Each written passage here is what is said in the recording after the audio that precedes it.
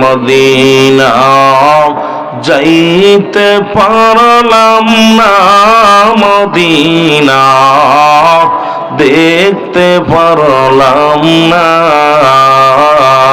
বলো মদিনা যাইতে পারলাম না, মদিনা।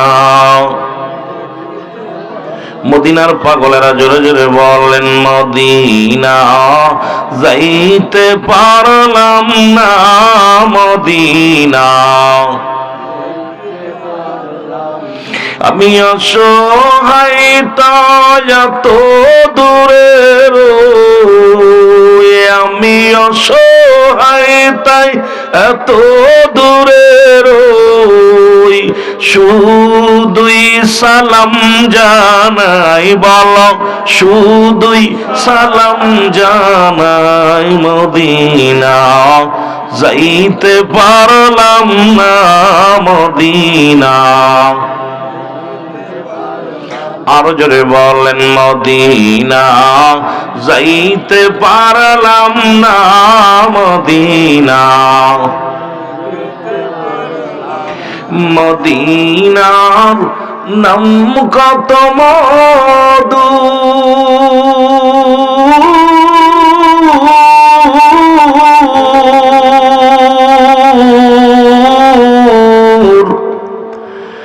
মদিনা আর যে কত দূর,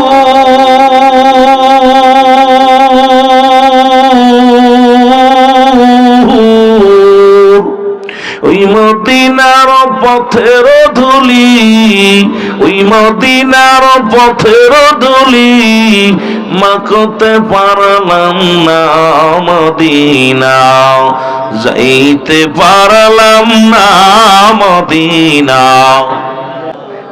মদিনা যাইতে পারলাম না, মদিনা। আমি অসহায় তাই এত দূরে রই, বলো অসহায় তাই শুধুই সালাম জানাই, বলো শুধুই সালাম জানাই, মদিনা না, মদিনা দেখতে পারলাম না, মদিনা না, মদিনা। মদিনার নাম কত সুন্দর,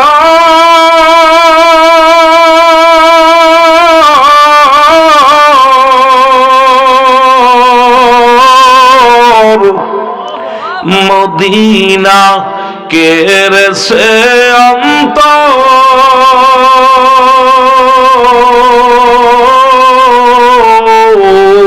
এই নূরপুর সালাম খানি, সিলেট বাসীর সালাম খানি পৌঁছাই দিও মদিনায়, বলো পৌঁছাই দিও মদিনায়, মদিনা যাইতে পারলাম না, মদিনা। এই দুনিয়ার মুসলমান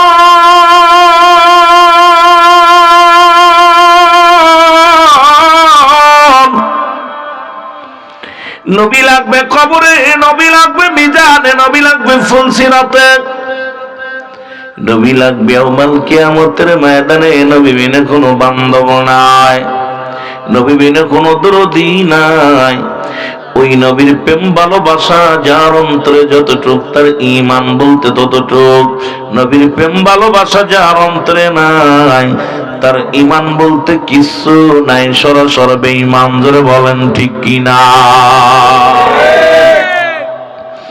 এই দুনিয়ার মুসলমান শুনে নাও, ও যুবক, রিয়াজুল জান্নাহ বেহেশতের বাগানে রব্বুল আলামিন বসাইলেন। কোন বান্দা যখন জান্নাতের বাগানের উদ্দেশ্যে রওনা হয়ে যায়, প্রতিটা কদমে কদমে আমার আল্লাহ রব্বুল আলামিন ওই বান্দার জীবনের সগীরা গুনাহগুলো মাফ করে দেয়। জোরে বলেন মারহাবা। আর একটু জোরে বলা যাবে না মারহাবা? জীবনে কত সগীরা গুনাহ করলাম, জানা নাই রে, জানা নাই। ওই ছোট ছোট গুনাহগুলো জান্নাতের বাগানে নিয়ত করে আসার কারণে আল্লাহ রব্বুল আলামিন মাফ করে দেয়। ও যুবক, আমরা শুধু সগীরা গুনাহ করি নাই, পদে পদে করেছি কবিরা গুনাহ। নামাজ ছেড়ে দিয়া কবিরা গুনাহ, মিথ্যা বলা কবিরা গুনাহ গো। বেগানা নারীর সঙ্গে দেখা দিয়া কবিরা গুনাহ, বেগানা পুরুষের সঙ্গে দেখা দিয়া কবিরা গুনাহ। এত গুনাহ করলাম, আল্লামা কুতুবী রাহমাতুল্লাহ বয়ান করে, দুনিয়ার মানুষ শোনো, এত গুনাহ করছ, আসমান থেকে জমিন পর্যন্ত গুনাহ করে ফেলেছ। এখন বান্দা যখন কবরের ভয়ে, জাহান্নামের ভয়, বান্দা যখন খাস তওবা করে আল্লাহ বলে ডাক দেয়, কারণ কিয়ামত পর্যন্ত আর কোন নবী আসবে না, কিয়ামত পর্যন্ত নবীদের দরজা বন্ধ হয়ে গেছে, বিলায়াতের দরজা খোলা। ও যুবক, সেই বিলায়াতের দরজাও প্রায় বন্ধর পথে চলতেছে গো। আমার বাবারা, আমার বন্ধুরা, আমার শুনে নাও, বান্দা যখন কবরের ভয়, জাহান্নামের ভয়, বান্দা যখন খাস তওবা করে আল্লাহ বলে ডাক দেয়, রব্বুল আলামিন বান্দার জীবনের সব গুনাহ মাফ করে দেয়। জোরে বলেন মারহাবা। আর একটু জোরে জোরে চিল্লায়া বলা যাবে না মারহাবা? যেহেতু মানুষের মৃত্যু হয় দুইটা টাইমে, ও যুবক শোনো গো, একটা হলো রাতের বেলা, একটা হলো দিনের বেলা। দিন শুরু করেছিলাম, মৃত্যুবরণ করি নাই, রাত শুরু করে দিয়া 8টা বেজে গেল, এখনো পর্যন্ত মৃত্যুবরণ করি নাই। আগামীকাল সূর্যোদয় হবে, আপনার আমার জীবনে কেউ বলতে পারি না। পৃথিবীর মধ্যে আসার সিরিয়াল আছে, যার কোনো সিরিয়াল নাই। দেখা যায় দাদা জিন্দা, নাতি দুনিয়ার মধ্যে নাই, বাবা জিন্দা, সন্তান দুনিয়ার মধ্যে নাই। কখন যেন কে বিদায় হয়ে যায়, সন্তানের লাশ বাবার কাঁধে, বাবা আল্লাহ সন্তানের কাঁধে। এই দুনিয়ার মধ্যে সন্তানের লাশ ভাই বাবা জনের,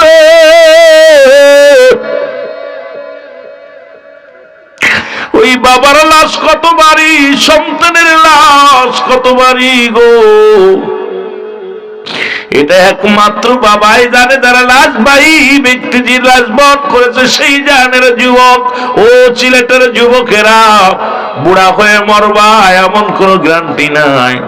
ওরে বাজান, যে কোনো মুহূর্তে চলে যেতে পারি। এই মরণের পেয়ালা পান কর্তব্যের মধ্যে কোনো সন্দেহ নাই, কারণ এই দুনিয়ার মধ্যে আগমন করেছ, মরণের পেয়ালা পান কর্তব্যের মধ্যে কোনো সন্দেহ নাই। জোরে জোরে চিল্লায়া বলা যাবে না, ঠিক কিনা?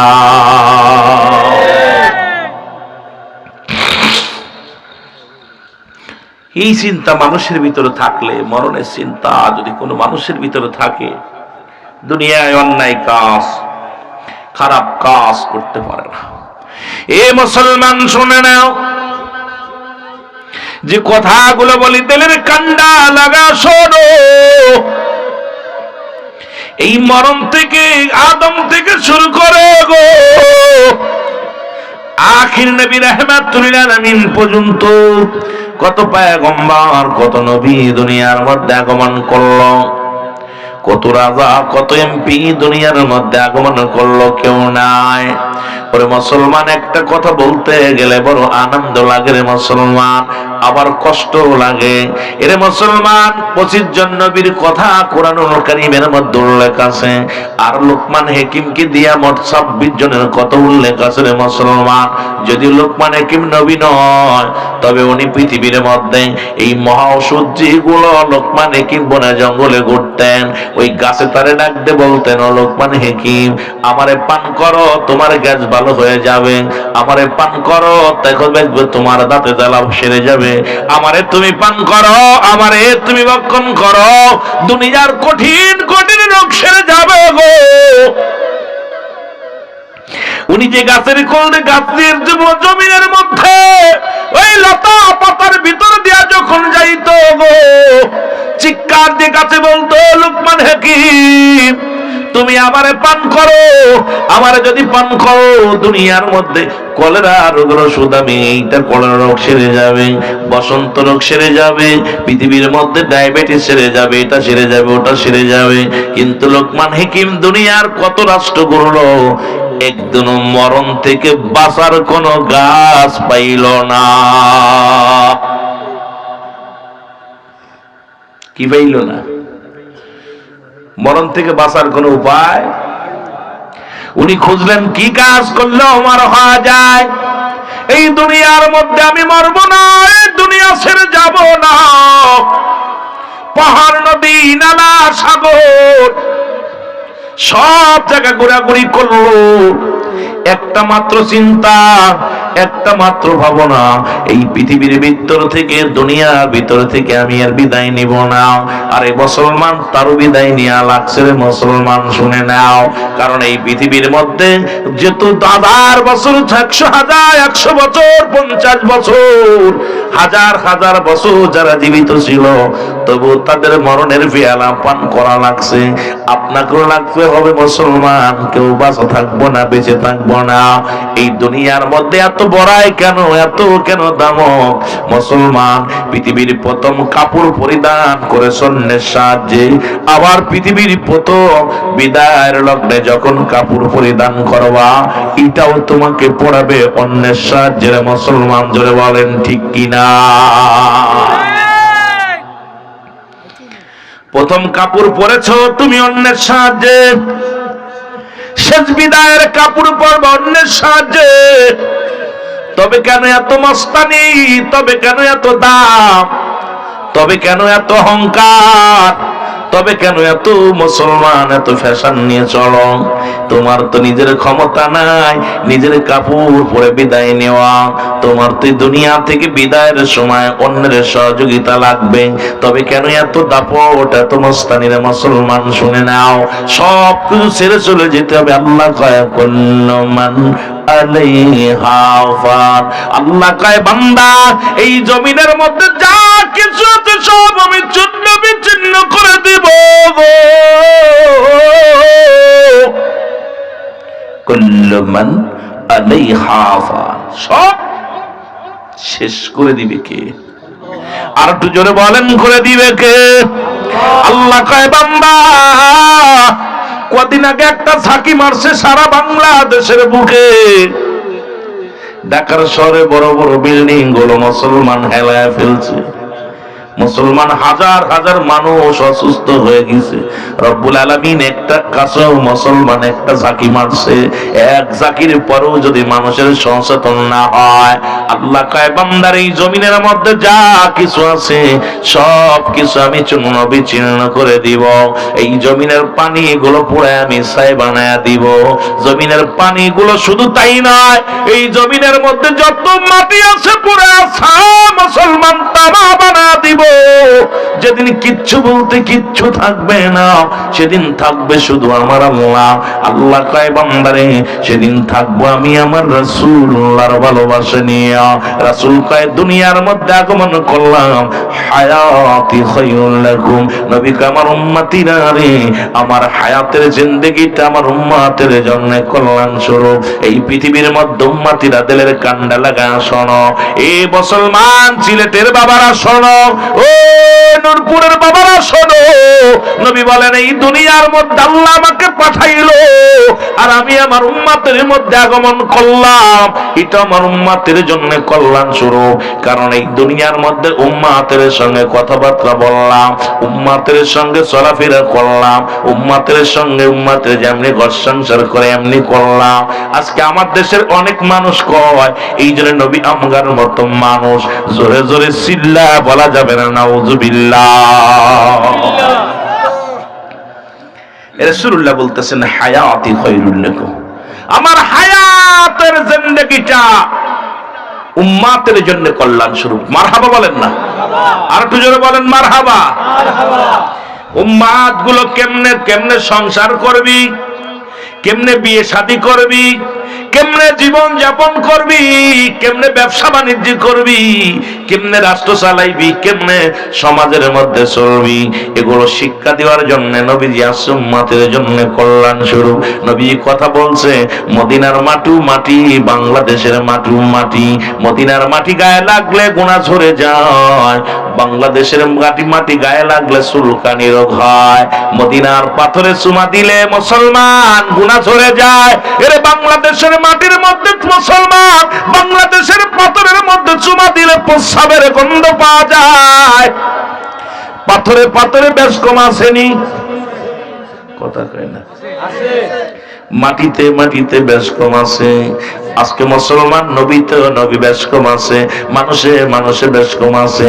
এখন নবীর সঙ্গে যারা মেশাল দেয় যে নবীও মানুষ আমরাও মানুষ, নবীরা হলো গুনাহ থেকে মুক্ত, আমরা গুনাহে যুক্ত, নবীরা হলো মাসুমের মাসুম, আমরা হলাম গুনাহ মার্কা মানুষ। এই গুনাহ মার্কা মানুষ হইয়া কেমনে নবীর সঙ্গে মেশাল দিলে মুসলমান শোনো। এবার নবী কয় এই দুনিয়া থেকে বিদায় হয়ে গেলাম, ও যুবক দিলের কান্ডা লাগা শোনো। নবী কয় ওমা মায়াতি খায়রুল লাকুম ওয়াফাতি খায়রুল লাকুম। নবী কয় আমার উম্মতিরা রে, এই দুনিয়া থেকে বিদায় হয়ে গেলাম আমার উম্মতের কল্যাণের জন্য। জোরে জোরে চিল্লায়া বলা যাবে না মারহাবা, আর একটু জোরে জোরে চিল্লায়া বলা যাবে না মারহাবা। আমার রাসূল কি ধান এ জগতে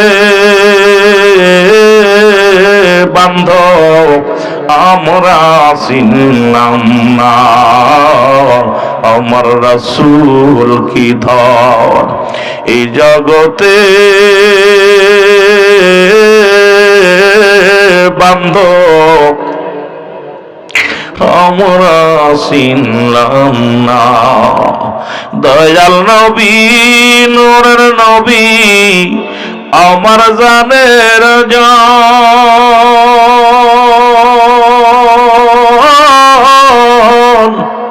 আপনি বিনে কঠিন দিনে কে বাঁচাবে ঈমান।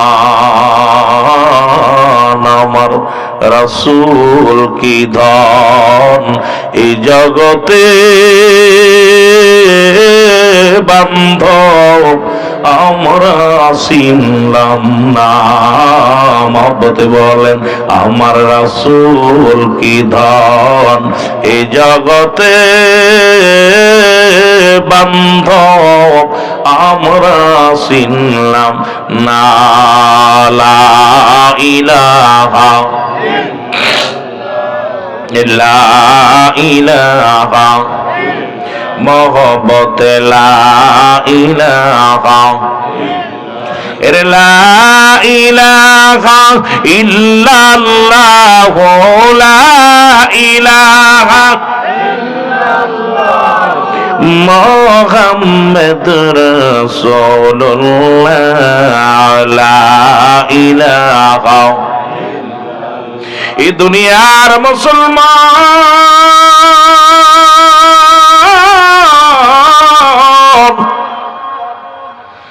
আমি আপনাদেরকে কয়েকটা কথা বলে যাই গো। নবীর প্রেম হলো প্রকৃত ঈমানের লক্ষণ। নবীর প্রেম যার অন্তরে নাই তার ঈমান বলতে কিছু নাই। ওফাতি খায়রুল লাকুম, নবী ওফাত হয়ে গেছেন, নবী বিদায় হয়ে গেছেন। কার জন্য? আপনার আমার কল্যাণের জন্য। জোরে বলেন মারহাবা, আর একটু জোরে বলেন মারহাবা। ওমা মায়াতি খায়রুল লাকুম। রাসূল বলে উম্মতিরা রে শোনো, এই পৃথিবীর মধ্য থেকে বিদায় নিলাম আমার উম্মতের কল্যাণের জন্য। পৃথিবীর মধ্যে যদি কোন উম্মত ভালো কর্ম করে গো, নামাজ পড়ে, রোজা রাখে, জিকির আজগার করে, আমি নবীর সঙ্গে সঙ্গে প্রশংসা করি আমার আল্লাহর দরবারে, আল্লাহ ওই না নূরপুরের জমিনে অমুক ব্যক্তি তোমার জিকির করে গো আল্লাহ, ভালো কর্ম করেছে, সঙ্গে সঙ্গে আমি আল্লাহর দরবারে শুকরিয়া আদায় করি আমার উম্মাতের জন্য। আবার যদি কোনো উম্মাত গুনাহের কাজ করে, সঙ্গে সঙ্গে আমার নবী ইস্তেগফার করে উম্মাতের হইয়া, আল্লাহ ওই সিলেটের জমিনে নূরপুরের জমিনে অমুক ব্যক্তি গুনাহ করেছে রে বান্দা, ও তোমার অমুক বান্দা অমুক বান্দি গুনাহ করেছে গো আল্লাহ, তুমি তারে মাফ করে দাও। অন্যায় করে ছেলে মাফ চায় বাবায়, অন্যায় করে গ্রামের ছেলে মাফ চায় চেয়ারম্যান মেম্বার যাইয়া, এমন নবীর উম্মত হইলাম, ভুল করি আমি ক্ষমা চাই আমার নবী, এই নবীর পক্ষে থাকার দরকার আছে কিনা?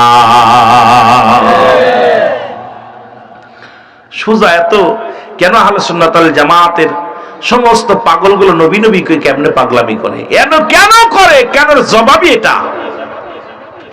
এ মুসলমান শুনে নাও,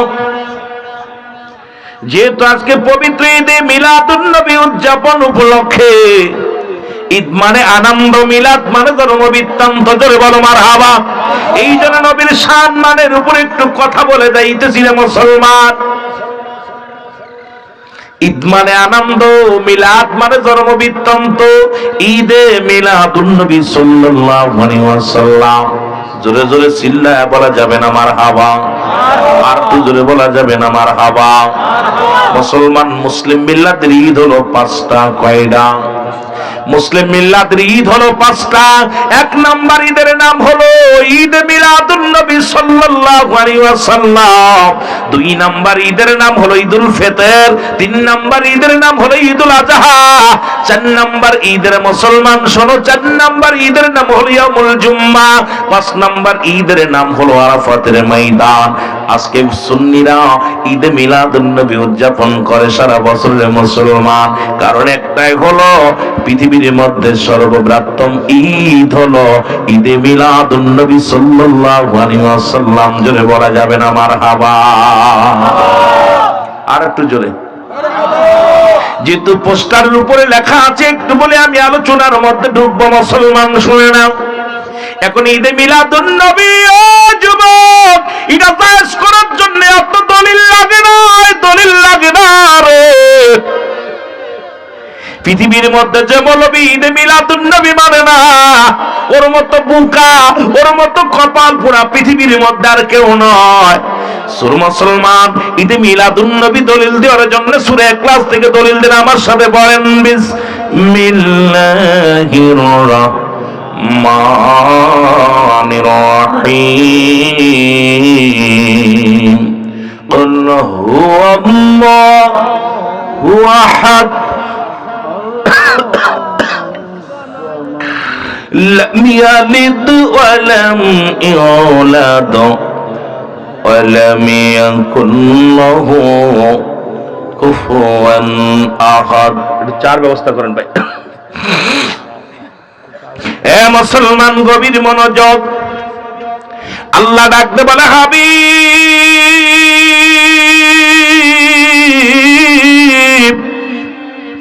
আপনি জানাবেন আমি আল্লাহ এক। জোরে বলা যাবে না মারহাবা? আর একটু জোরে।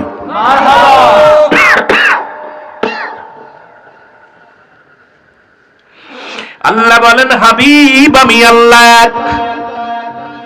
পৃথিবীর মধ্যে কাউকে জন্ম দিই নাই, কারো থেকে জন্ম নিই নাই। সুতরাং নবীজির আব্বা ছিল, মা ছিল, দাদা ছিল, দাদি ছিল। রাসূলুল্লাহর বাবার নাম আব্দুল্লাহ, মার নাম আমিনা। নবীজির দাদার নাম আব্দুল মুত্তালিব, দাদির নাম ফাতিমা। নবীজির বংশ হলো কুরাইশ বংশ। নবী 570 খ্রিস্টাব্দে দুনিয়ার মধ্যে আগমন করেছে। মুসলমান আল্লাহ বলে হাবিব জানায়া দাও, আসমান জমিনের মধ্যে যা কিছু আছে সবকিছু আমার মুখাফিকি, আমি কারণ মুখাফিকি নয়। সুতরাং আমার আল্লাহর আব্বা মা কিনা যারা কয় মিলাদুন নবী মানি না, তাদেরকে বলবেন তোমার আল্লাহর আব্বাকে মাকে আল্লাহ কবে জন্ম নিছে? একমাত্র জন্ম নাই আমার আল্লাহর আর জন্ম আছে পৃথিবীর সমস্ত মাখলুকাতের মুসলমান। যেহেতু আমার রাসূল দুনিয়ার মধ্যে মানব রূপে দুনিয়ার মধ্যে আগমন করেছিল, আমার নবীর বাবাও ছিল, মাও ছিল, দাদাও ছিল, বংশ ছিল, সুতরাং নবীর মিলাদ আছে, মিলাদ নাই। আল্লাহর জোরে জোরে চিল্লায়া বলা যাবে না, ঠিক কিনা? বুঝা নিবেন যারা কয় নবীর মিলাদ মানি না, এদের মতো বোকা, এদের মতো গদ্ধব আর পৃথিবীর মধ্যে কেউ নেই। মিলাদ নাই, আল্লাহর মিলাদ আছে। পৃথিবী যে মৌলবী মানে না, ওর বাড়ির গরুটারও মিলাদ আছে, ছাগলের মিলাদ আছে, গরু ছাগলের জন্ম হয়েছে, জোরে বলে ঠিক না? গরু ছাগলেরও মিলাদ বিবি হয়েছে, কি হয়েছে? জন্ম হয়েছে। কিন্তু নবীর মিলাদ মানে না। নবী কি জন্ম নিয়েছেন আকাশ থেকে টুস করে পড়ছে? কথা কয় না রে। রাসূল পাক সাল্লাল্লাহু আলাইহি সাল্লাম কি আকাশ থেকে টুস করে পড়ছে? রাসূলের মা, আমার নবীজির মা ছিল, আমার নবীজির বাবা ছিল, আমার নবীজির বংশ পরিচয় ছিল, আমার নবীর দাদা ছিল, দাদি ছিল, আমার নবীর নানা নানি ছিল। যেটা বলেন ঠিক কিনা? এই জন্য নবীর নানার নাম আব্দুল ওয়াহাব জুরি, নানির নাম হলো বাররা। মুসলমান নবীজির 9 জন চাচা ছিল, 6 জন ছিল ফুফু ছিল। আল্লাহর চাচা খালা মামু কয়জন ছিল আগে জানতে চাই রে মুসলমান। আজকে যারা কয় মিলাদুন নবী মানে না, কারণ দুইটা মিলাদ কেন মানে, আজকে দুইটা ঈদ মানে। এই মানার পিছনে একটা কারণ দেখলাম আমি বিবেচনা করে মুসলমান। একটা হলো ঈদুল ফিতর, আর একটা হলো ঈদুল আযহা। ঈদুল ফিতরে পাওয়া যায় যাকাত ফিতরার টাকা, আর ঈদুল আযহায় পাওয়া যায় চামড়ার টাকা। এই জন্য আমার দেশের মৌলবীদের কাছে এই দুইটা জায়েজ, আর বাকিগুলো না জায়েজ। বলেন ঠিক কিনা? যাকাত ফিতরা পাইলে খুব মজা লাগে, কিন্তু ঈদে মিলাদুন নবী উদযাপন করতে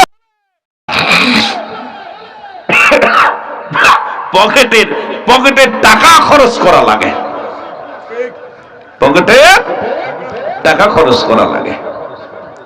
দুঃখ, আজকে এদেরকে বুঝাইবো কেমনে?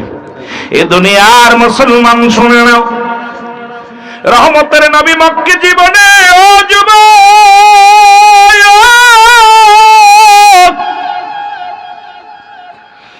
আরে মুসলমান নবুয়তের 13টা বছর নবী কত কষ্ট করলো গো।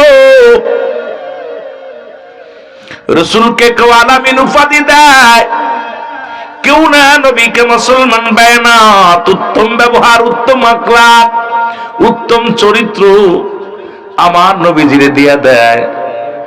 যেই নবীজি কালেমার প্রচার শুরু করে দিল, লা ইলাহা ইল্লাল্লাহু মুহাম্মাদুর রাসূলুল্লাহ সাল্লাল্লাহু আলাইহি ওয়াসাল্লাম। এটা শুধু আমার নবীর কালেমা নয়, এরা আদম আলাইহিস সালাম বলে লা ইলাহা ইল্লাল্লাহ, আদম শফিউল্লাহ, লা ইলাহা ইল্লাল্লাহ মূসা কালিমুল্লাহ, লা ইলাহা ইল্লাল্লাহ ঈসা কালিমুল্লাহ, ও মুসলমানুল্লাহ, মুসলমান ইব্রাহিম খলিলুল্লাহ। পৃথিবীর মধ্যে যত নবী আছে গো, সবারই এক কালেমা ছিল, লা ইলাহা, নাই কোনো ইলাহ, ইল্লাল্লাহু, এক আল্লাহ ছাড়া। সবারই এক উদ্দেশ্য ছিল, আল্লাহ এক, আল্লাহ দ্বিতীয় কেউ নাই, আল্লাহ রাব্বুল আলামিন এক, দ্বিতীয় কেউ নাই। আর তার পয়গম্বর, তার প্রেরিত রাসূল হলাম আমরা। সর্বশেষে আমার নবীজি এসে বললেন, লা ইলাহা ইল্লাল্লাহু মুহাম্মাদুর রাসূলুল্লাহ। জোরে জোরে চিল্লায় বলেন সাল্লাল্লাহু আলাইহি ওয়াসাল্লাম। আশহাদু আল্লা ইলাহা ইল্লাল্লাহু ওয়াহদাহু লা শারীকা লাহু ওয়া আশহাদু আন্না মুহাম্মাদান আবদুহু ওয়া রাসূলুহু।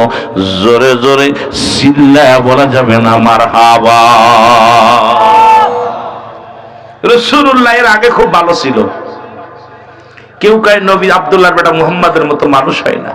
আব্দুল্লাহর বেটা মুহাম্মদ একজন আদর্শবান প্রেমিক, দেশপ্রেমিক, সব প্রেমিক। যেই নবীজি কালেমার দাওয়াত দেওয়া শুরু করলো, আব্দুল্লাহর বেটা মুহাম্মদ কাজ্জাব, মিথ্যাবাদী। কথা বুঝেন নাই? রাসূল যখনই সত্যের পয়গাম মানুষের কাছে প্রচার করতে লাগলো, তখনই বিদাবেদ, তখনই দেখা গেল ঝামেলা। আমার মুসলমানেরা শোনে নাও, এর মক্কি জীবনে নবীজি কত কষ্ট করে গো।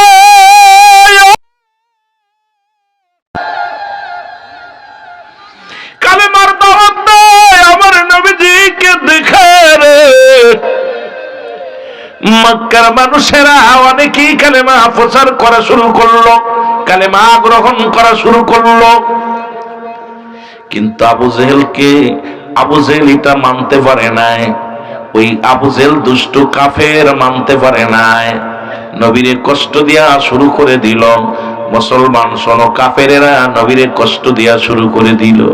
রাসূলুল্লাহ চোখের পানি ছেড়ে কান্দার বলে, আল্লাহ, এই দুনিয়ার মধ্যে যত কষ্ট তুমি দাও, কোন কষ্ট আমি কষ্ট মনে করি না, তুমি আরো কষ্ট সইবার মতো শক্তি দাও, তবুও যেন আমার উম্মতের মাঝে আমি কালেমার দাওয়াত দিতে পারি। জোরে বলো মারহাবা। এ আমার ভাইয়েরা, আমার বন্ধুরা, মক্কি জীবনে রাসূল কষ্ট করিয়া কালেমার দাওয়াত দিল। আল্লাহ কয়, জিবরিল যাও আমার হাবিবরে জানাই দিয়াছো, মক্কার মানুষের চাইতে মদিনার মানুষ কালেমা গ্রহণ করার জন্য অপেক্ষা আছে। মদিনার আবহাওয়া ভালো, মদিনার রাষ্ট্রীয় ব্যবস্থা ভালো, সামাজিক অবস্থা ভালো, মুসলমান অর্থনৈতিক ভালো, আবহাওয়া ভালো, সব দিক থেকে ভালো, মদিনার মানুষগুলো ভালো। আমার হাবিবরে জানাই দাও, মক্কা ভূমি ছেড়ে মদিনায় যেন আমার হাবিব চলে যায়, ওই মদিনার মানুষের কাছেও যেন কালেমার প্রচার করে। জোরে জোরে বলো মারহাবা। আর একটু জোরে বলো আল্লাহু আকবার। রহমতের নবী আল্লাহ পাকের হুকুম পাইয়া হিজরত করলেন, মক্কা থেকে মদিনায় হিজরত করলেন। জোরে বলেন মারহাবা। আর একটু জোরে বলো। এর মক্কাবাসীর কাফেরেরই জ্বালা যন্ত্রণায় হিজরত করিতে নবী মদিনাতে যায়। বলো, হিজরত করিতে নবী মদিনা। মহব্বতে বলেন, মক্কাবাসীর কাফেরেরই জ্বালা যন্ত্রণায়। বলো, মক্কাবাসীর কাফেরেরই জ্বালা যন্ত্রণায় হিজরত করিতে নবী মদিনাতে যায়। বলো, হিজরত বাজান গজল গাইতে গেলে দেরি হয়ে যাবে, তাড়াতাড়ি আলোচনা, অনেক আলোচনা রয়েছে, যেটুকু 2-4-5 ঘন্টার আলোচনা করে ফেলবো 1 ঘন্টায়। রাত্র যখন গভীর হল, নূরের নবী কি করিল, হযরত আলীকে শুয়াইয়া দিলেন নিজেরই বিছনায়। হযরত আলীকে শুয়াইয়া দিলেন নিজেরই বিছনায়। ওরে হিজরত করিতে নবী মদিনাতে যায়। বলো, হিজরত রাত্র যখন নিশির হল, কাফেরেরা কি করিল, হযরত নবীজির বিছানায় এসে আলীকে যে পায়। হযরত নবীজির বিছানায় এসে আলীকে যে পায়। হিজরত করিতে নবী মদিনাতে যায়। বলো, হিজরত এ দুনিয়ার মুসলমান শোনো, গভীর মনোযোগ দিলের কান্ডা লাগা শোনো গো। আমি কথাগুলো বলি, যদিও আপনাদের কষ্ট হয়, উঠাউঠি করলে চলবো না। এভাবে উঠাউঠি মন মতো ইচ্ছা মতো উঠা, ইচ্ছা মতো যা। আলোচনা শুই না, মজা হবে না, ধৈর্য ধরে বসতে হবে।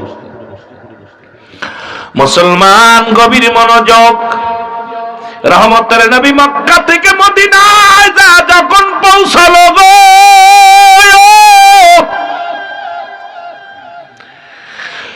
জন্মভূমি মদিনার মক্কার দিকে বারবার ফিরে যায় রে। চোখের পানিগুলো ফেলে কান্দের ডাক দে, বলে আল্লাহ, হায়রে আমার জন্মভূমি, আয়রে মায়ের ভূমি, আয়রে বাবার ভূমি, আহারে বিদায় বিদায়। তবে যদি বেঁচে থাকি, আবার ইসলাম যদি প্রচার করতে পারি, আবার আসবো মক্কায় ফিরে। জোরে জোরে চিল্লায়া বলা যাবে না মারহাবা। রহমতের নবী চলে গেলেন মদিনায়। মদিনায় যাইয়া নবী আমার মাতৃভূমির প্রেম, মাতৃভূমির মায়া, ওদিকে ইসলামের দাওয়াত শুরু করে দিলেন। ছোট্ট ছোট্ট দুইটা বাচ্চা এসে, একটা ছেলের বয়স 8 আর একটা ছেলের বয়স 10। কয় বছর? 8 আর 10 বছর। দুইটা বালক আয়া রাসূলকে সালাম দেয়, আসসালামু আলাইকুম হুজুর। ওয়ালাইকুম আসসালাম। আপনার বাড়ি কই? নবীরে জিজ্ঞাসা, আসসালামু আলাইকুম হুজুর, আপনার বাড়ি কই? নবী মিসকি এসে বলো, বালকেরা রে, আমার বাড়ি মক্কায়। সুবহানাল্লাহ। আপনার আব্বার নাম কি? কয় আব্দুল্লাহ। নবী গো, আপনার মার নাম কি? নবী কয় আমেনা। আমার নবীরে ডাক দে, কয় বালক দুটি বলো, হুজুর ওই মক্কা থেকে কেন মদিনায় আসলেন? মদিনায় আসার কারণটা কি? বালক দুটি ডাক দে বলে, ইয়া রাসূলুল্লাহ, ইয়া হাবিবাল্লাহ, আপনি মদিনায় আসার কারণ কি? আমার নবীকে ইসলাম প্রচারের জন্য, কোরআনের দাওয়াত দেওয়ার জন্য, কালেমার দাওয়াত দেওয়ার জন্য আমি নবী মক্কা থেকে মদিনার বুকে আগমন করেছি।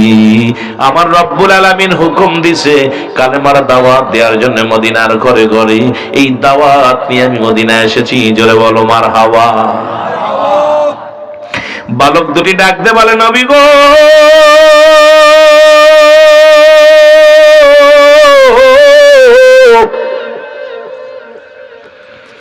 ইয়া রাসূলুল্লাহ, ইয়া হাবিবাল্লাহ, আপনার আব্বা মা কি বেঁচে আছে? আমার নবী বালকের মুখে যখন বাবা মার কথা শুনছে রে, নবীজির কলিজার মধ্যে আঘাত লেগেছে। রহমতের নবী চিৎকার মেরে কান্না, কয় বালকরা রে, এই জগতের মধ্যে আমি নবী বড় এতিম। এই জগতে আমার মাও নাই, আমার বাবাও নাই রে।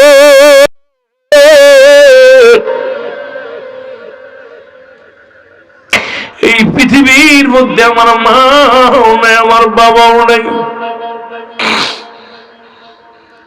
রহমতের নবী কান্দে, বালকেরাও কান্দে। বালকেরা বলে, ইয়া রাসূলুল্লাহ, ইয়া হাবিবাল্লাহ, এই মক্কার জমিন থেকে আসার কারণ কি গো নবী? একটু জানতে পারি কিনা? কয় বালকেরা রে, তোদের কাছে কি বলবো শোন। ওই মক্কার মানুষদের কাছে যখন আমি কালেমার দাওয়াত দিছি, কেউ আমারে পাগল বলেছে, কেউ আমারে মুসলমান জাদুকার বলেছে, কেউ না কত কষ্ট দিছে, আমি নবীরে যন্ত্রণা দিছে রে। আর এই সবচেয়ে আমার নবীর বালক দুই ডাকবে বলে, নবী গো, ওই মক্কার জমিনে সবচাইতে বেশি কষ্ট কে দিছে গো? একটু বলেন নবী গো। আরে যে মানুষটারে দেখলে খোদা নিবারণ হয়ে যায়, ও তোরা দেখলে ছবি পাগল হবি, দেখলে ছবি পাগল হবি, কাঁদবি বসে নিরালায়, কাঁদবি বসে। আমার দয়াল নবী যেই দেশে ঘুমায়, আমার মায়ার নবী। সিলেটের বাজানেরা রে, একটু চোখের পানি ছেড়ে কান্দেন, কারণ সিলেটের জমিন সুন্নিয়াতের জমিন, নবী প্রেমিকের জমিন। এ আর দেখলে ছবি পাগল হবি তোরা, দেখলে ছবি আয় হায় কাঁদবি বসে নিরালায়, হায় কাঁদবি বসে নিরালায়। আমার দয়াল নবী যেই দেশে ঘুমায়, আমার মায়ার নবী।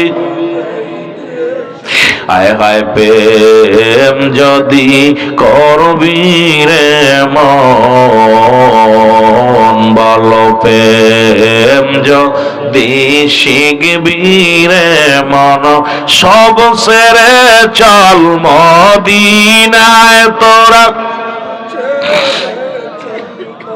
দিনায়। আমার দয়াল নবী যেই দেশে ঘুমায়, আমার মায়ার নবী। এ দুনিয়ার মুসলমান গভীর মনোযোগ, নবীজি কাঁদে আর চোখের পানিগুলো পরে জমিনের মধ্যে। বালক বলে, নবী গো, মক্কার বুকে সব চাইতে বড় কষ্ট কি দিছে নবী গো? আমার নবী কয়, বালকেরা রে, ওই মক্কার জমিনে সব চাইতে বড় কষ্ট দিছে আমার আবু জেহেলে, সব চাইতে যন্ত্রণা দিছে আবু জেহেলে। বালক দুটি প্রতিজ্ঞা করে রে, 8 বছর আর 10 বছরের বালক প্রতিজ্ঞা করে, দুই ভাই শপথ করে, ভাই রে, ছোট ভাই বড় ভাইকে কয়, ভাই রে, আরে আমার নবীরে কষ্ট দিছে রে, আমরা আবু জেহেলকে চিরবিদায় করে দিব। জোরে বলেন মারহাবা। আর একটু জোরে জোরে চিল্লায় বলা যাবে না মারহাবা?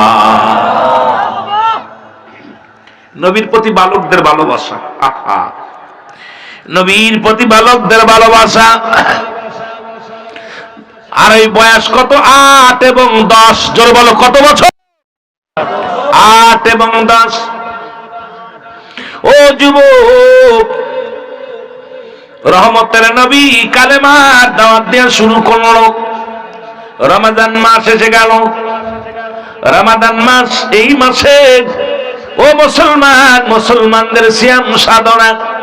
আমাদের সামনে ফেব্রুয়ারি মাসে, ও যুবক, আমাদের মাঝেও রমাদান মাস এসে গেছে। মুসলমান শুনে নাও, এই রমাদান মাসে আমরা রোজা রাখবো, সিয়াম সাধনা করব। নবীজি সাহাবীরাও সিয়াম সাধনা করে, নবীজিও করেন। আমার বাবারা, আমার মুসলিম মিল্লাতের দাওয়াতের কাজটা রাসূলুল্লাহ দিয়া শুরু করলো। নবীজি দাওয়াত দেয়, কালেমার দাওয়াত, লা ইলাহা ইল্লাল্লাহু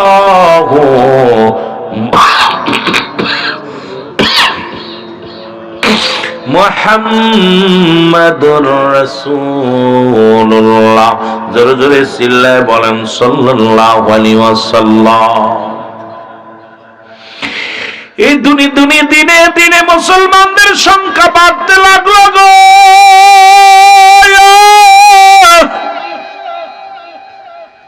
রাসূলুল্লাহ চেহারা দেখে সব মানুষ পাগল হয়ে যায় রে। আমার নবীর মুখটা খালি দেখি এক নজর কত বেঈমান কাফেরেরা মুসলমান হয়ে গেল।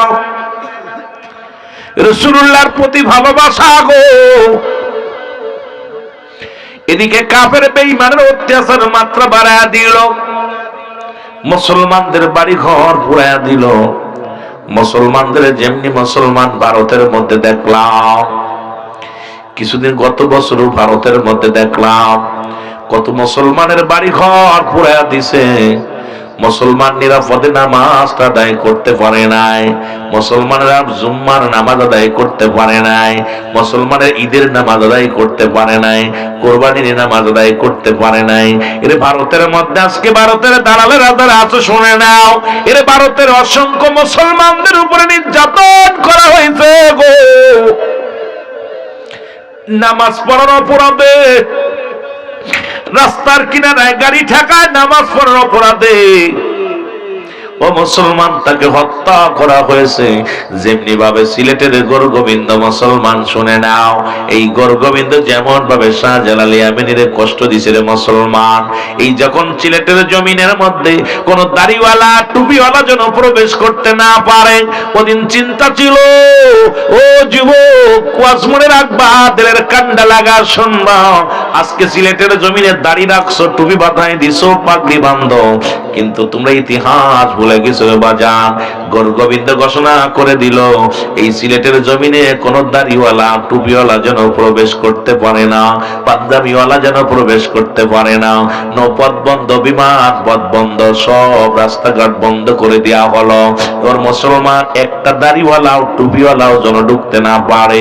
খবর আসলো গৌরগোবিন্দর মধ্যে, ইয়ামেন থেকে মুসলমান যুবকরা শোনো গো, ওই ইয়ামেন থেকে একজন নয় দুজন নয় 360 জন আউলিয়া নিয়ে শাহজালালের নেতৃত্বে আসছে ভারতের যুবক, এই বাংলার জমিনে সিলেটের জমিনে সত্য ইসলামের পতাকা উত্তোলন করবে।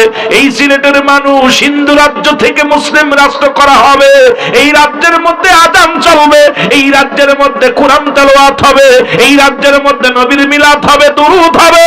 এই জন্য পাঠায়া দিল রব্বে কারীমের ইশারায়। শাহজালাল 360 জন আউলিয়া নিয়ে যখন চলে আসলো, গৌরগোবিন্দ ঘোষণা করে দিল এই জমিনের মধ্যে কোন গাড়িওয়ালা কোন দাড়িওয়ালা টুপিওয়ালা ঢুকবে না। আমার হুকুম শোনো, যদি কোন দাড়িওয়ালা টুপিওয়ালা জমিনের মধ্যে ঢোকে, যে পথে ঢুকবে তাকে কতল করা হবে। এই জমিনের মধ্যে যেন আসতে না পারে, এই জমিনের মধ্যে যেন বসতে না পারে। এদের দাড়িওয়ালা টুপিওয়ালাদেরকে হাঁটাও, জোরে জোরে চিল্লা 360 জন আউলিয়া ঠিকই আছে। সুরমা নদীর কিনারায় আইয়া দাঁড়ায় আছে শাহজালাল। ওরে তোমাদের ইতিহাস যদি তোমরা জানতে, সিলেটের মানুষ ওলি আল্লাহর পদধূলির জন্য পাগল হয়ে যাইতা, ওলি আল্লাহর কদমের জন্য তোমরা কুরবানি হয়ে যাইতা। কারণ তোমরা ইতিহাস জানো না, ইতিহাস তোমরা কেন পড়ো না রে মুসলমান। 360 জন আউলিয়া নিয়ে চলে আসলো, নৌপথ বন্ধ, বিমান পথ বন্ধ, মুসলমান সড়ক বন্ধ, সব বন্ধ করে দিল। কিন্তু আল্লাহ রাব্বুল আলামিনের ইশারায় 360 জন আউলিয়া নিয়ে সুরমা নদীর কিনারায় চলে আসলেন শাহজালাল ইয়ামানি। আইয়া 2 রাকাত নামাজ পড়ে চোখের পানি ছেড়ে কান্দে, আল্লাহ আমাকে পাঠাইছো সিলেটের জমিনে গো আল্লাহ, হিন্দু রাজ্য থেকে মুসলিমদের দাওয়াত দেওয়ার জন্য। এখন আমি নদী পার হব, কেমনে করে পার হব রে মুসলমান? এরে আল্লাহ পাক ইলহাম দেয়, ওলিদের কাছে আসে ইলহাম, নবীদের কাছে আসে ওহী, ইলহামের মাধ্যমে জানায় দো সিলেটের শাহজালাল শোনো, এই জমিনের মধ্যে তোমারে পাঠাইলাম, শুনে নাও। ওই রাজ্যের মধ্যে যাইয়া তুমি কি করো? তুমি নামাজটা আদায় করেছো, নামাজটা আদায় করিয়া তুমি যাই নামাজ ছেড়ে দাও, পানির মধ্যে ছেড়ে দাও। ও যুবক, যাই নামাজে যখন ছেড়ে দিল সুরমা নদীর পানির মধ্যে গো, একজন নয় দুজন নয় 360 জন আউলিয়া সুরমা নদী পার হয়ে গেল যাই নামাজে ভর করে। মুসলমান আসলে এবার কোথায়? ওই সিলেটের পাহাড়ি অঞ্চলের মধ্যে আগমন করলো, ইসলামের দাওয়াত দিল। যখন আযান দিল, গৌরগোবিন্দর দালান গুলো ভেঙ্গে ভেঙ্গে পড়ে গেল। মুসলমানদের অস্ত্র হলো 2টা, একটা অস্ত্র হলো আমার আল্লাহ, দ্বিতীয় অস্ত্র হলো মুহাম্মাদুর রাসূলুল্লাহ। এই 2টা শক্তি নিয়ে শেরে খোদা হযরত আলী যখন গিয়েছিল কতল করতে রে মুসলমান। আমি যাব আলোচনার মধ্যে, যদি সুযোগ পায় আমার বাবারা শুনে নাও। আমার যুবক বন্ধুরা, আমার শাহজালাল ইয়ামানি আসিয়া যখন কালেমার দাওয়াত দেয়া শুরু করলো, তখনও সিলেটের জমিনে কোনো গরু জবাই হয় না। সিলেটের জমিনে গরুকে তখন দেবতা বানায়া পূজা করা হয়। এর সিলেটের বাসী শোন, যেমন ভারতের মধ্যে এখনো ওই মুসলমান হিন্দুরা কি করে, গরুর প্রতিমা বানাইয়া দেবতা বানাইয়া পূজা করে, মা বানাইয়া রয়। এর মুসলমান গরুর গোবর খায়, প্রস্রাব খায়। তদ্রূপ এই সিলেটের মানুষগুলো গোবর খাইতো, ওই প্রস্রাব খাইতো, আর মা বানাইয়া পূজা করতো। এ মুসলমান শুনে যাও, ওই দিন কোথায় হলো? পুরানোর দিনে আল্লাহ পাক একটা পুরানোর দিনে একটা ছেলে সন্তান হলো। এই ছেলে সন্তানটার জন্য মানত করলেন, মানত করলে আকিকা করলো, একটা গরু জবাই করিয়া এইবার ওই গরুটার গোশত মানুষকে বিলিয়ে দিল, খাইলো, এবং ওই গরু যে হাত পা চামড়া গুলো মাটির নিচে লুকিয়ে রাখলো, এটা আবার কুকুর শিয়ালে মুসলমান শুনে না কাক পাখিতে উঠায় ফেললো, নিয়ে যেখানে যা গরু গোবিন্দর বাড়ির সামনে নিয়ে যখন ফেললো, ওরে সকালবেলা যখন গরুর শিংটা তার নজরে পড়লো, আরে খবর দিল সিলেটের জমিনে কে গরু জবাই করছে রে, এই মাকে জবাই করছে, ধরে তাকে জবাই করা লাগবে, যাও। সিপাহীদের হুকুম দিলেন, খুঁজতে খুঁজতে আইয়া বুরানুদ্দিনের বাড়ি আইয়া খোঁজ পাইয়া গেল, বুরানুদ্দিনের কলিজার টুকরা সন্তানকে হাত থেকে নিয়া ওর গরু গোবিন্দ নিজ হাতে তারে জবাই করে দিল। সেদিন বুরানুদ্দিন হাত উঠায়া, শাহজালাল হাত উঠায়া বলেছিল, আল্লাহ আজকে ছেলে কুরবানি হয়ে গেল, কোনো দুঃখ নাই, এমন একটা দিন যেন আসে এই সিলেটের জমিনে হাজার হাজার গরু জবাই হয়। আজকে সিলেটের মৌলবীরা গরুর গোশত খাও, গরু দিয়া গরুর গোশত কত মজা পাও, কিন্তু হাকিকত ছেলে কুরবানির মধ্য দিয়া তোমরা গরুর গোশত খাওয়া শিখলা। ওরে বুরানুদ্দিনের কলিজার টুকরা জবাই করে দিয়েছিল, সেদিন কেউ প্রতিবাদ করতে পারে নাই। আজকে কেন সেই শাহজালালের বিরোধিতা করো, ফুলতলি সাহেব কেবলার বিরোধিতা করো, শাহপুরানের বিরোধিতা করো? মুসলমান, এই সিলেটের জমিনের মধ্যে যত ওলি আল্লাহর খাতিরে আজকে টুপি মাথায় দিয়া শিখেছো, সিলেটের জমিনে খাতিরে তোমরা দাঁড়িয়ে রাখা শিখেছো। সিলেটের জমিনে ছিল হিন্দুরা, রাজ্যকে আজকে মুসলিমরা পিছনে ওলি আল্লাহদের যে ভূমিকা ছিল, সারা জীবন যদি তুমি গোলামি করো তাদের ঋণ শোধ হবে না। জোরে জোরে চিল্লায় বলো ঠিক কি না?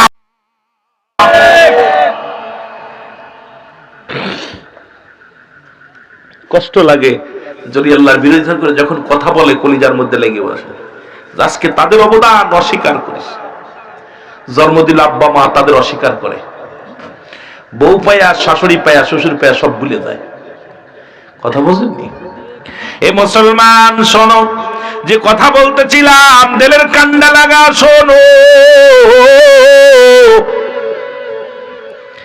জিবরিল আমিন এসে বলি, ইয়া রাসূলুল্লাহ, ইয়া হাবিবাল্লাহ, মন খারাপ করে কেন বসে আছেন নবী গো?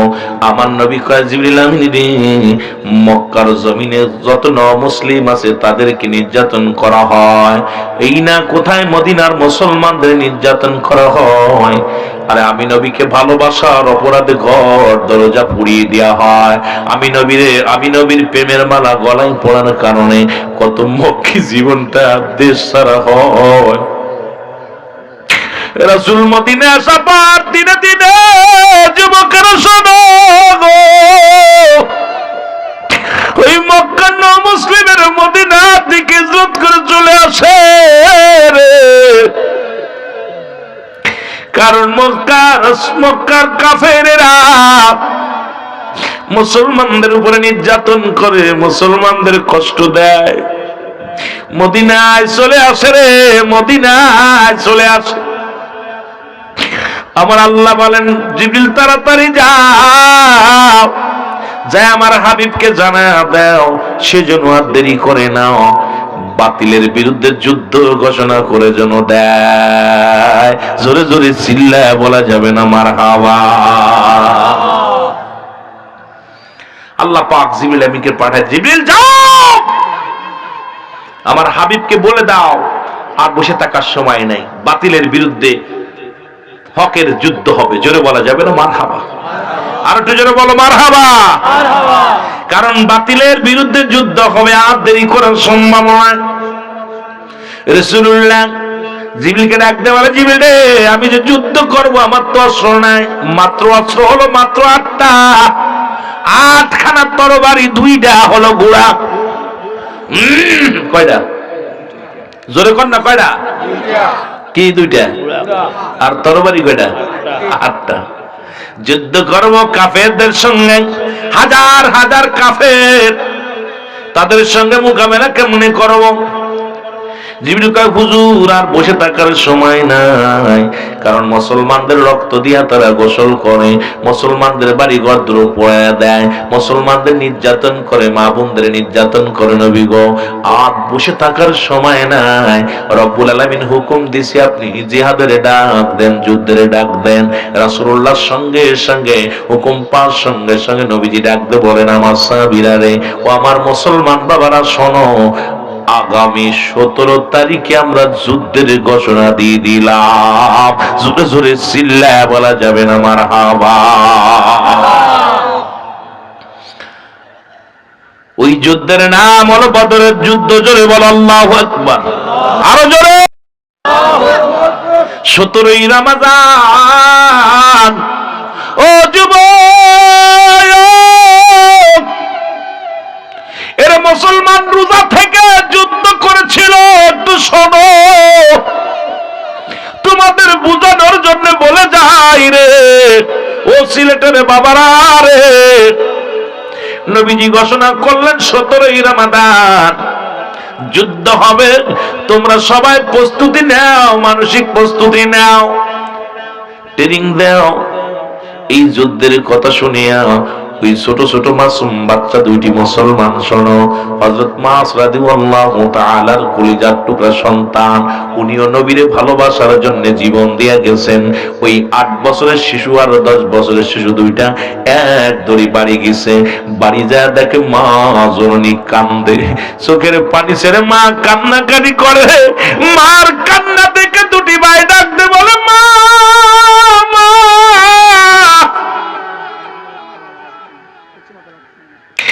জনম দুঃখিনী মা, মারে তোমার চোখে কেন পানি? সিলেটের মা বোনেরা শোনো, সিলেটের জমিনের বাবারা শোনো গো,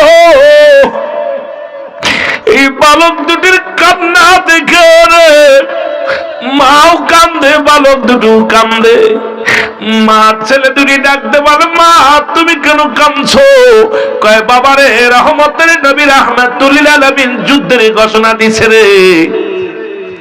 নবী বলছে শুধু পুরুষেরা যুদ্ধে যাবে, কোনো মেয়েরা যাবে না।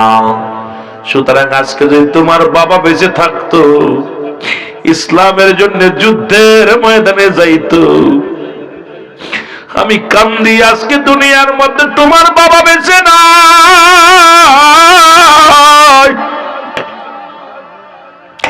আজকে যদি তোমার বাবা বেঁচে থাকতো, ওই বদরের যুদ্ধে যাইতো, যা জীবন দিয়া দিত, আমি কিয়ামতের মাঠে দাঁড়া বলতাম, আল্লাহ আমি শহীদের বিবি।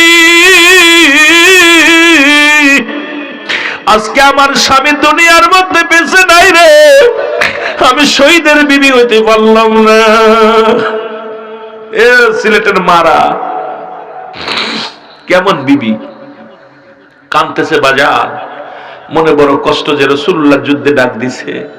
কাফেরদের সৈন্য বেশি, আমাদের সৈন্য কম, নিশ্চিত আমরা আমাদেরকে কতল করে ফেলবে।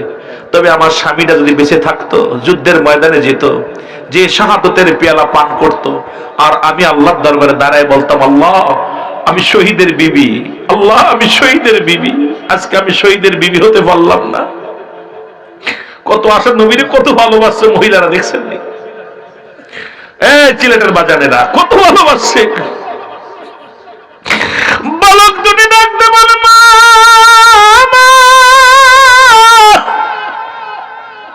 চোখের পানি মুছে ফেলো, আমরা যাব যুদ্ধে,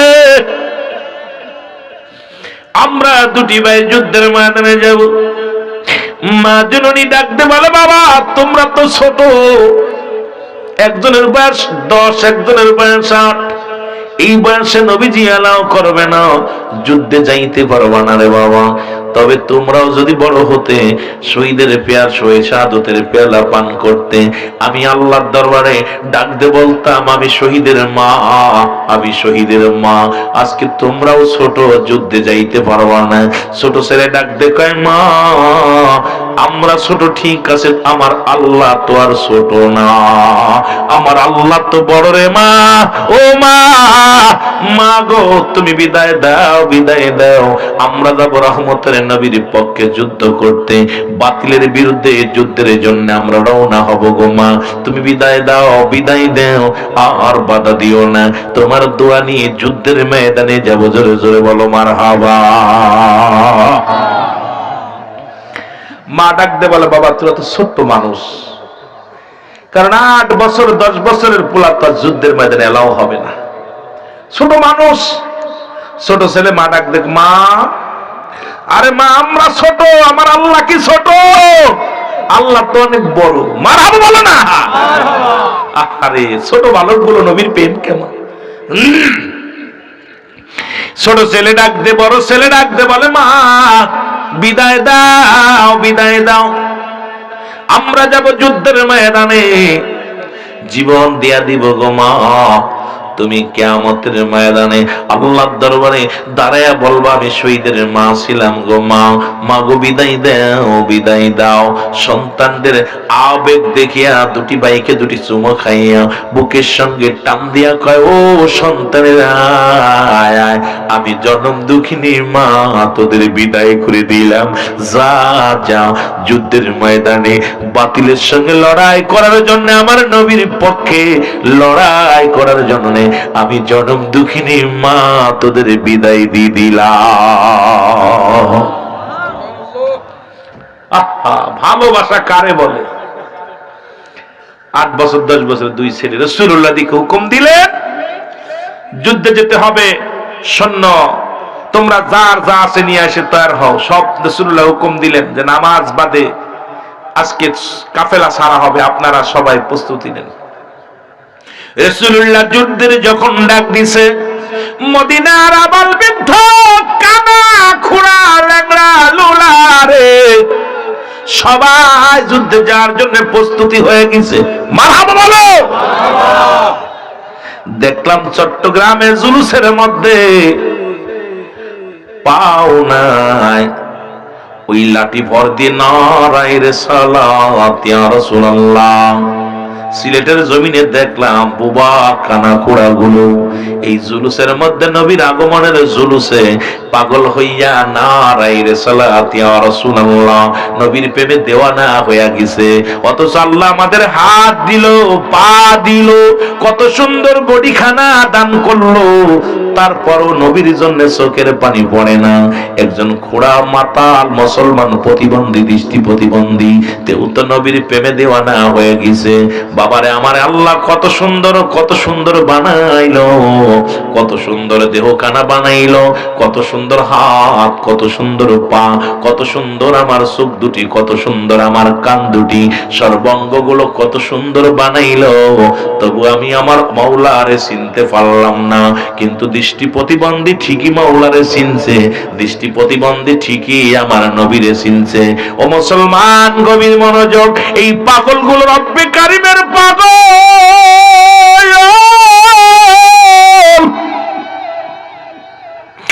এই পাগল গুলো আমার মদিনার পাগল রে, এই মদিনার পাগল। কারণ ওরা মুনাফিকি শিখে নাই। আজকে মুখে মুখে নবীর কত বলি, অন্তরে থেকে নবীর প্রেম নাই। আল্লাহ কমিনান নাস, মানুষের মধ্যে মায়াকুল তারা বলবে আমার না তোর ঈমান আনছে বিল্লাহি, আল্লাহর প্রতি অবিলা কিরাতের প্রতি বিশ্বাস স্থাপন করেছে। ও মা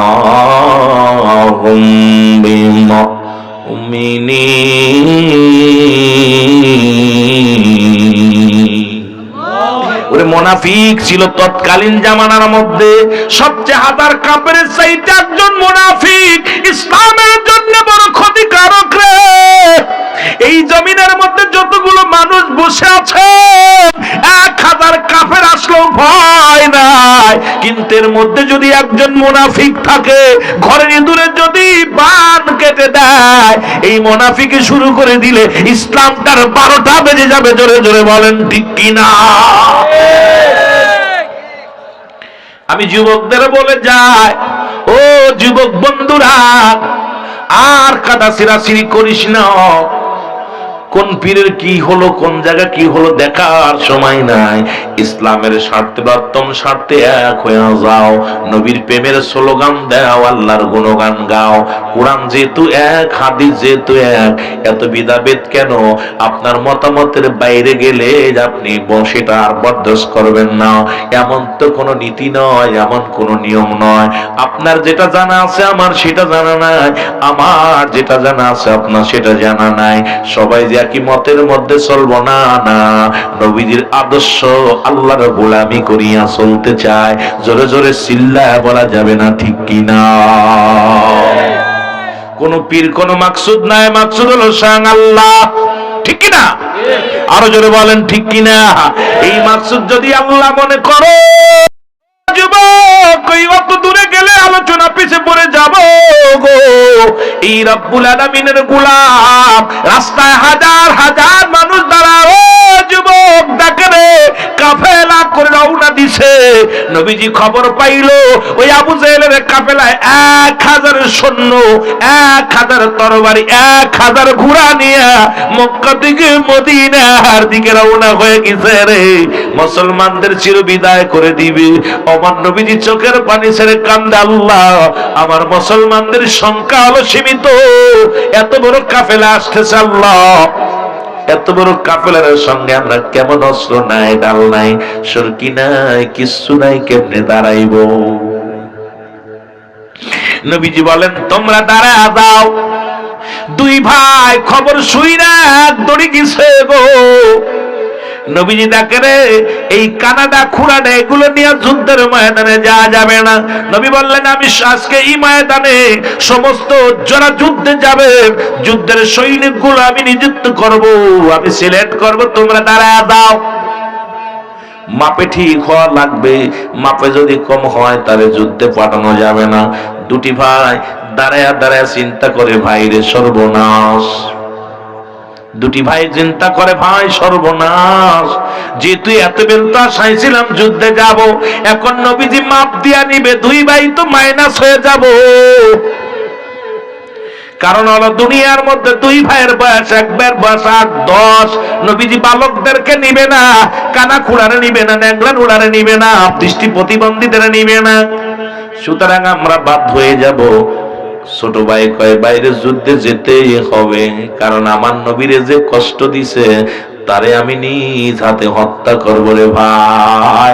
আরে আমার নবীর গায়ে কেমনে কেমনে মারো রে, সে নবীর গায়ের উপরে কোনোদিন মশা মাছি লাগে নাই। ওই তায়েফের ময়দানে কত পাথরের আঘাত নবীজি খায়, যে নবীর গায়ের মধ্যে কোনোদিন মশা মাছি লাগে নাই রে। এই কালেমার দাওয়াত দেওয়ার জন্য নবীর রক্তে রঞ্জিত হয় রে, নবীর দেহ মুবারক থেকে রক্ত ঝরে রে। যুবক বন্ধুরা রে, আমার নবী নিজের জন্য কোনদিন কাঁদে না, আমার নবী জীবনে কোনদিন নিজের চিন্তা করে নাই। तमाम पृथिवीर रहमतेर भांडार रहमतेर कांडारी जीवने कोनोदिन निजेर चिंता करे नाई सारा जीवन केटे गेছে শুধু উম্মতের মায়ায় ইয়া রব্বি হাবলি উম্মতি ইয়া রব্বি হাবলি উম্মতি ইয়া রব্বি হাবলি উম্মতি জোরে জোরে চিল্লায় বলা যাবে না মারহাবা আর একটু জোরে জোরে চিল্লায় বলা যাবে না মারহাবা এই বালক দুটি দাঁড়ায় ছোট দুই ভাই যুক্তি করে যদি এক জায়গা দাঁড়ায় দুজনই বাদ হয়ে যাব রে ভাই যেহেতু নবী মাপতে নিবে ওই যে দেখো উচ্চ জায়গা দেখা যায় ওই যেখানে যা দাঁড়াইবা বড় ভাইকে বললেন তুমি এই পাথরের উপরে দাঁড়াইবা মাপে ঠিক হইবা আর আমি পিছনে দাঁড়াইলাম এই দুই ভাই অনেক লম্বা দূরত্ব যে দাঁড়াইলেন। নবীজি মাপতে মাপতে, হাত দিয়ে মাপতে মাপতে সবাইকে নিলেন। এবার যায় দেখে বালকটা, ওই 10 বছরের বালকটা দাঁড়ায় আছে। নবীজি বললেন, বাবা তুমি এই লাইনে দাঁড়াইছো কেন? কয় হুজুর যুদ্ধে যাওয়ার জন্য। কয় বাবা তুমি তো মাফে হবা না। কয় মাফে হওয়ার জন্যই তো এই জায়গা দাঁড়াইছি। জোরে বলেন মারহাবা। হুজুর যুদ্ধে যাবো। নবী কয় তুমি ছোট মানুষ, তোমার মার খেদমত করো। কয় হুজুর মার কাছ থেকে ছুটি আনছি। সুবহানাল্লাহ বলেন না? নয়তো তোমার মা বাবার খেদমত করো। বলে হুজুর আব্বা মার থেকে ছুটি নিয়ে বিদায় নিয়ে আইছি, আপনি আমার বিদায় আমার লন, যুদ্ধে যাব। নবী কয় তুমি ছোট মানুষ, মাফে হওনি। কয় হুজুর মাফে হওয়ার জন্য দাঁড়াইছি এখানে। নবী তার কয় বাবা তোমার পাততলে কি? পাততলে তো বিশাল একটা পাথর বা ইট দিয়ে দাঁড়াইছো, উঁচু জায়গা দাঁড়াইছো। নবীজি কয় তুমি ওর পর দাঁড়াইছো। কয় হুজুর মাফে ঠিক হওয়ার জন্য। সুবহানাল্লাহ বলেন না? মাফে ঠিক হয়, যেহেতু মাফে নিচ্ছেন মাফে ঠিক হওয়ার জন্য। কয় হুজুর আমার লন, আমি যুদ্ধে যাব। নবী দেখলো ওর আবেগ দেখা, 10 বছরের পোলার আবেগ দেখা, ভালোবাসা দেখা নবী কয় তুই সিলেট। সুবহানাল্লাহ বলেন না? আরো জোরে বলেন, আরো জোরে। আমার বাবারা সিলেট হয়ে গেছে। এরপরে ছোট ভাই দূর থেকে দেখতেছে তাকায়া তাকায়া, আহারে বড় ভাই সিলেট হইছে, এবার আমারও হইতে হইব। ছোট ভাই দাঁড়ায় দাঁড়ায় রয়েছে। এবার যখন মাপতে মাপতে রাসূলুল্লাহ যখন মাপতে মাপতে যাইতেছে, যাই দেখে 8 বছরের না। নবীজি কয় তুমি দাঁড়াইছো কেন বাবা? তুমি ছোট মানুষ, এখন দাঁড়াইছো কেন?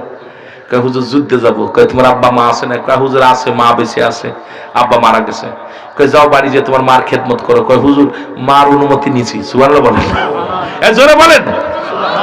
বাড়ি যে বলবেন, ভালো করে লিখে রাখেন, বাড়ি যে ঘুমের মধ্যে কবেন সুবহানাল্লাহ আলহামদুলিল্লাহ, বাড়ি যেয়ে কবেন, এখন কর দরকার নাই। হুজুর যুদ্ধে যাবো। নবীজি কয় যুদ্ধে যাবা? তুমি ছোট মানুষ, মার খেদমত করো। কয় হুজুর মা থেকে বিদায় নিছে, আপনি আমার লন। হুজুর আমি যুদ্ধে যাব। নবী কয় তুমি ছোট মানুষ, এই 8 বছর মানুষ, তুমি যাইতে পারবা না বাবা, তুমি যাও বাড়ি যাও। কয় হুজুর ওই যে ওইটার নিছেন না? কয় হ ওইটার নিছি। ওইটার বয়স কত জানেন হুজুর? কয় কত? কয় 10 বছর। সুবহানাল্লাহ বলেন না? নবীজি কয় 10 বছর, ও আমার বড় ভাই, ওরে নিলেন আমার নিবেন না হুজুর? নবীজি কয় ও তো একটু দেখতে শুনতে লম্বা চওড়া আছে, ওরে নিছি। কয় হুজুর ওই তো দাঁড়াইছে, হুজুর দাঁড়াই মাফে ঠিক হয়েছে না হুজুর? কয় হুজুর আমার লন, যুদ্ধে যাব। নবীজি অনেক সান্ত্বনা দেয়, কোনো কাজ হয় না। নবীজি কয় বাবা তুই যাইস না। কয় হুজুর আমার যেতে হবে যুদ্ধে। নবীজি কয় বাবা তুমি ছোট মানুষ। কয় হুজুর আমার একটা সুযোগ দেন। কয় কি সুযোগ? সুযোগটা হলো আমার বড় ভাইয়ের লগে 2 ভাই মালাম ধরবো, যদি 2 ভাই কুস্তি ধরবো, কুস্তিদেরা যদি আমি বড় ভাইয়ের লগে জিতা যাই তাহলে কি আমার নিবে? সুবহানাল্লাহ বলবেন না? আস্তে কইতেন না জোরে কইবেন? সুবহানাল্লাহ। নবীজি কয় ঠিক আছে বাবা, সুযোগ একটা দিলাম।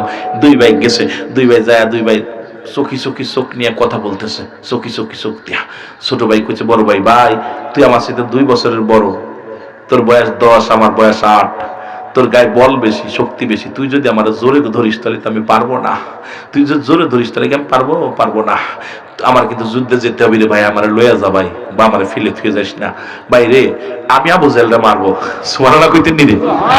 জোরে কোন সুবহানাল্লাহ। আমার নবীরে কষ্ট দিছে, আমার নবীর চোখের পানি পড়ছে। ভাই আমরা 2 ভাই আবু জাহেলরে 2 ভাই মিলে মারবো, আমার লইয়া যাইতে হবে। তুই আমার আস্তে ধরবি, আমি তোরে ধাক্কা দিয়ে ফেলে দিব, ফেলে দিয়া আমি জয়লাভ করব, নবীজি আমারে নিব। কয় ঠিক আছে। তোর 2 ভাই ইশারা আসে, নবী দূর থেকে খালি হাসতেছে, 2 ভাইয়ের গল্প হই না, দেখে 2 ভাই টুকটুক করে আলাপ করে। নবীজি তো বুঝতে পারছে 2 ভাইয়ের বুদ্ধি কিতা কইতেছে। নবীজি দেখে এবার যুদ্ধ ধরছে, 2রা ছোট ভাই আস্তে ধরছে, বড় ভাই রে ছোট ভাই ধাক্কা দিয়ে ফেলে দিয়ে বুকের পর বলে বলেন না মারহাবা। আরো জোরে। নবীজি কয় তুই সিলেট।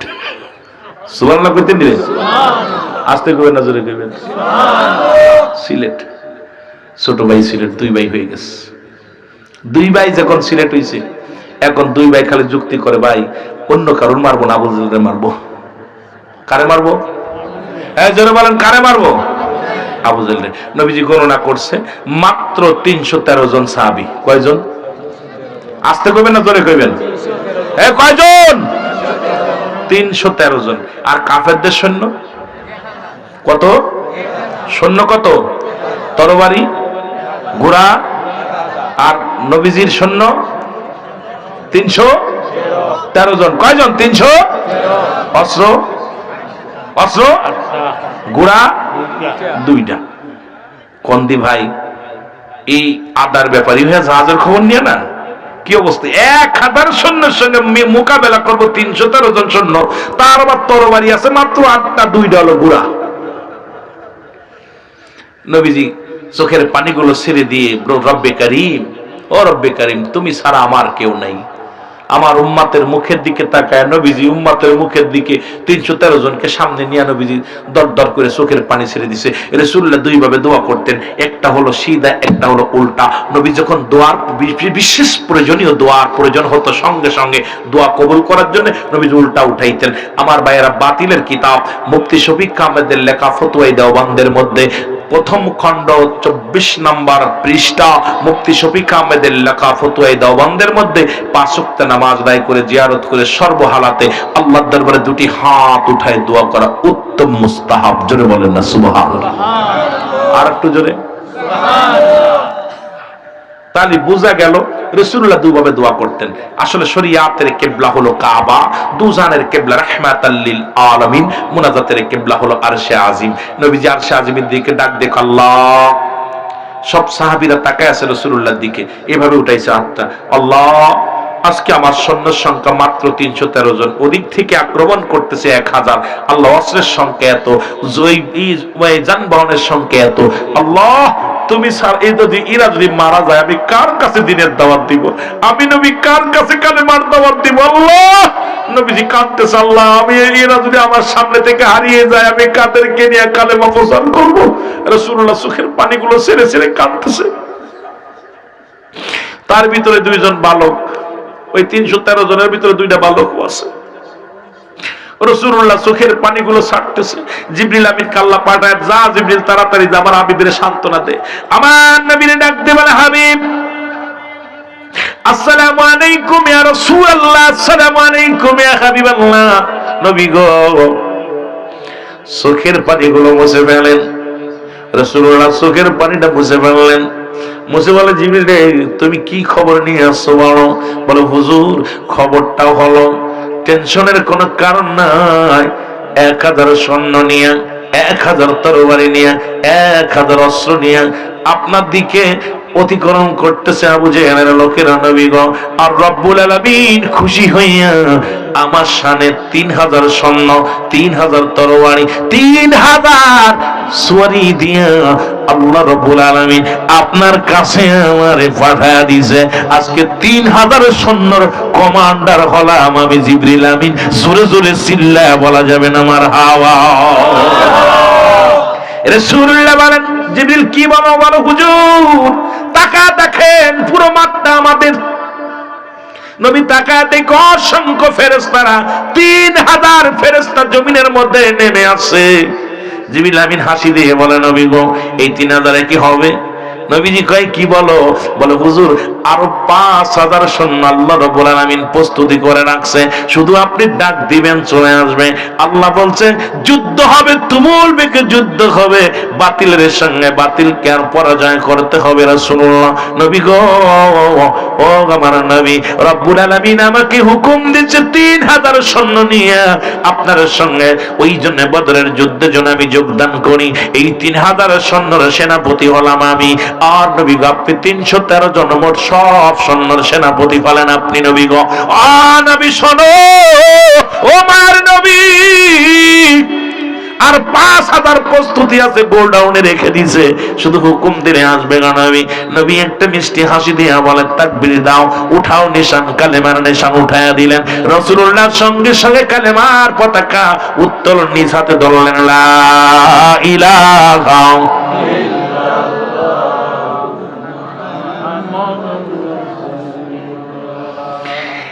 যুবক ভাইরা আমার, রাসূলুল্লাহ কালেমার পতাকা উত্তোলন করলেন। সাহাবীরা পিছন থেকে যুদ্ধের তামামা বাজায় দিলেন। যুদ্ধ শুরু হয়ে গেল। যুবক শুনে নাও, যুদ্ধের ময়দানে মুসলমানদের 14 জন শাহাদাতের পেয়ালা পান করলো।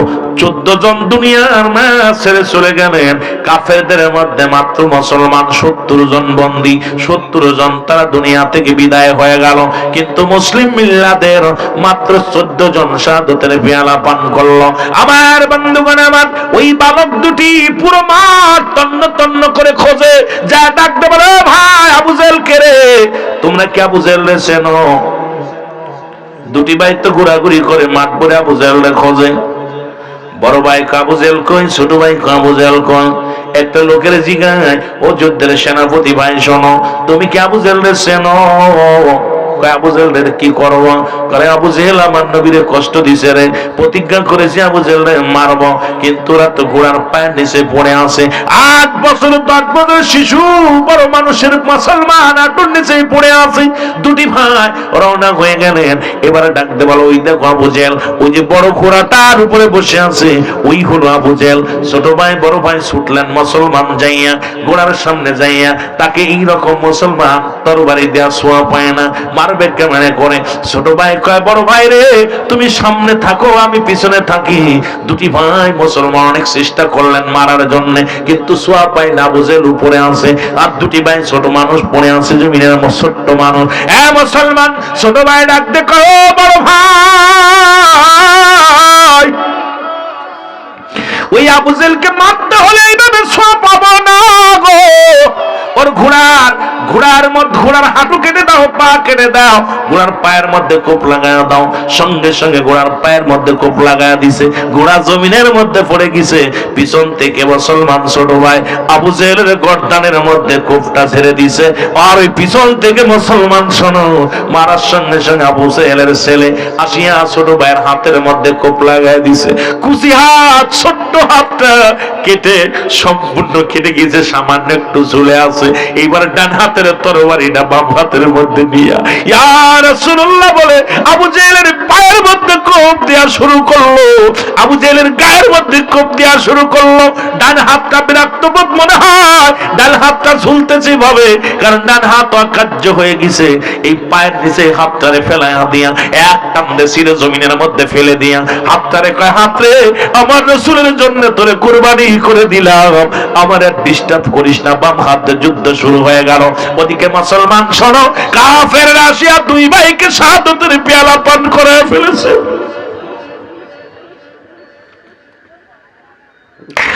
আবু জাহেলের মুসলমান এই দুনিয়ার মধ্যে নবীজি 14 জন সাহাবীর লাশ যখন নিয়ে আসা হলো, রাসূলুল্লাহ ছোট মাসুম দুটির বাচ্চার লাশ দুটি দেখিয়া নবী চোখের পানি ধরে রাখতে পারে নাই। আমার নবী কাঁদে আর বলে, আমার সাহাবীরা রে তোমরা দেখছো নি,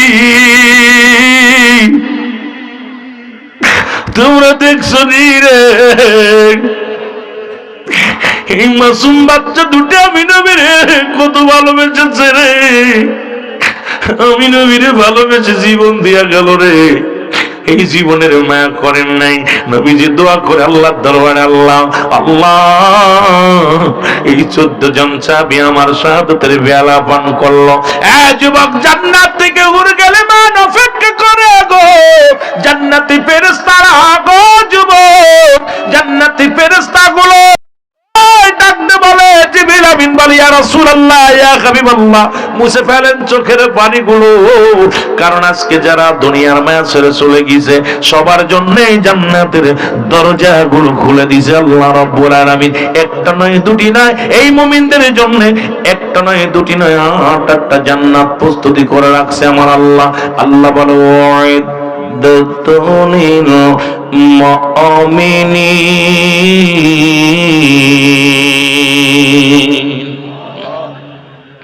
এই মুমিন মুত্তাকিদের জন্য 8টা জান্নাত প্রস্তুতি করা আছে। সুতরাং আমি বাচ্চাদেরকে নিয়ে বলবো, বাচ্চারা রাসূলের প্রেম আজকে যারা বসে আছে, আপনাদের ছেলেগুলো নিয়ে, বাচ্চা ছেলেদেরকে নিয়ে মসজিদে যাবেন, বেশি বেশি মাহফিলে আনবেন, নবীর প্রেম শিখবে। আজকে অধিকাংশ সুন্নি বাবা সুন্নি, ছেলে ওয়াহাবি হয়ে গেছে। কারণ বাবা সুন্নি, কোরআন সুন্নি, ও তো আর বোঝে না কিছু। দেখা যায় সুন্নি আকীদায় না লেখাপড়া করার কারণে, ওরা দেখা যায় সুন্নি আকীদায় না চলার কারণে ওই ছেলে বড় হয়ে রাসূলের সম্মানের উপর আঘাত করতে জোরে বলেন ঠিক কিনা?